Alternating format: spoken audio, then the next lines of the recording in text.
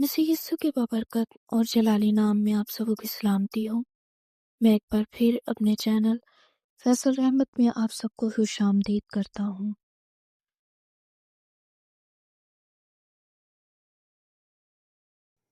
آٹھواں روز خاندانی دعا و بندگی اور تلاوت کلام پاک۔ اب رہی میری اور میرے گھرانے کی بات، سو ہم تو خداوند کی پرستش کریں گے۔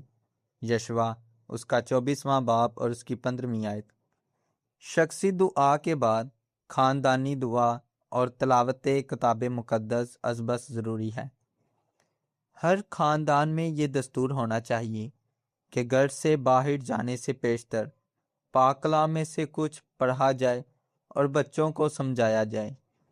شاید بہتر یہ ہو کہ کسی ایک کتاب کو لے کر اس کا ایک باب روز پڑھا جائے۔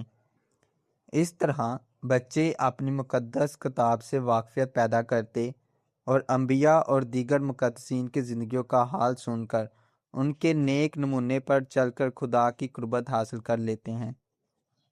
وہ انجیل جلیل میں سے ہمارے خداوند یسوع مسیح کی پیدائش، آپ کی دینی خدمت اور بالآخر دنیا کے فدیہ کے لیے اپنی قیمتی جان صلیب پر قربان کر دینے اور تیسرے روز مردوں میں سے زندہ ہو جانے کا حال سنتے اور خداوند کے معجزوں اور تمثیلوں سے واقف ہوتے ہیں۔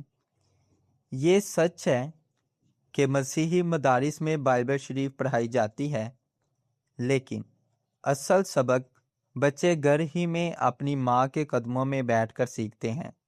اگر باپ بچوں کے اٹھنے سے پیشتر ہی اپنے کام پر چلا جائے تو ماں ہی کو بچوں کو اکٹھا کر کر خاندانی دعا و بندگی کرانا ہوگا، ورنہ خاندان کے سر کے ذمہ یہ خدمت ہونا چاہیے۔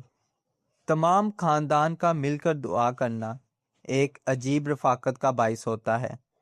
تمام شرکائی خاندان ایک دوسرے کے قریب تر آ جاتے ہیں، سب یکدل ہو کر تمام برکات کے لیے خدا کا شکر بجا لاتے ہیں، اور اگر کوئی خاص مشکل یا مصیبت خاندان پر آ پڑے تو سب ہم آواز ہو کر خدا سے منت و سماجی کرتے ہیں کہ وہ ان کی مدد کرے اور ان کی مشکلات کو حل کرے۔ شخصی دعا کے متعلق بھی بچوں کو اسی وقت سبق دیا جا سکتا اور اس کی اہمیت کو ان کے ذہن نشین کیا جا سکتا ہے۔ خاندانی دعا زندگی کے قیام اور اس کی ترقی کے لیے بہت ضروری ہے۔